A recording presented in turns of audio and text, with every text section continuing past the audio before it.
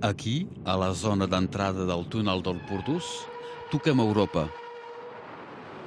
Aquí és on entren i surten els trens d'alta velocitat francesos i espanyols de la gran línia internacional París-Barcelona. També hi passen trens de mercaderies que circulen amb velocitat moderada. Per regular el tràfic, el centre de control emplea una vintena de persones, amb presència dia i nit. Estem a la sala de control de la línia Figueres-Perpinyà, que treballem 7 dies a la setmana, les 24 hores del dia.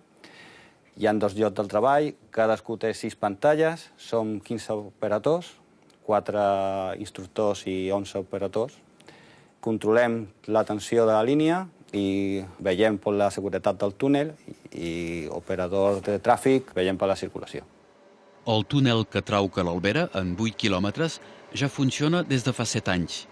Malgrat el pas dels anys, el seu tràfic se situa molt per sota de la capacitat de la línia. Arriba només a 15% de freqüentació a les hores punta. La promesa d'una activitat ferroviària dinàmica, anunciada políticament, se fa esperar econòmicament. Quines solucions hi ha per donar rendiment a la línia mediterrània que uneix França i Barcelona passant pel Rosselló? Home, hi ha 2 eixos de millora claríssims. Per una part, per les mercaderies, és el fet que s'acabi el corredor mediterrani a la part espanyola i pels viatgers els trens regionals, que s'instal·lin trens regionals que facin l'enllaç entre la Catalunya Sud i la Catalunya Nord, o les principals capitals de cada una de les regions. Això imposaria crear serveis ferroviaris entre Perpinyà i Girona o Perpinyà i Barcelona, serveis pensats expressament pels consumidors, amb horaris adaptats i preus més ajustats. El corredor mediterrani és la línia ferroviària que s'espera crear en continuïtat des del sud d'Espanya fins a Perpinyà, passant per Barcelona. Tenint en compte que la capital de Catalunya rep viatges de mercaderies del port de Xangai i altres, la pressió per fer circular els productes ràpidament és molt forta. El túnel del Portús espera amb candeletes que el corredor mediterrani sigui realitat.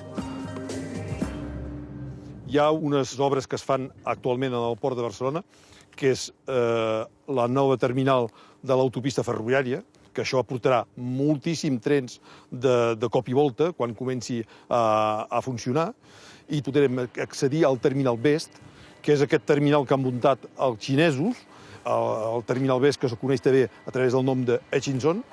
És un terminal que uneix Europa amb Xina, i Xina ja és un mercat grandíssim. Les importacions que venen de Xina són molt importants i poden aportar moltíssim tràfic a través d'aquesta línia.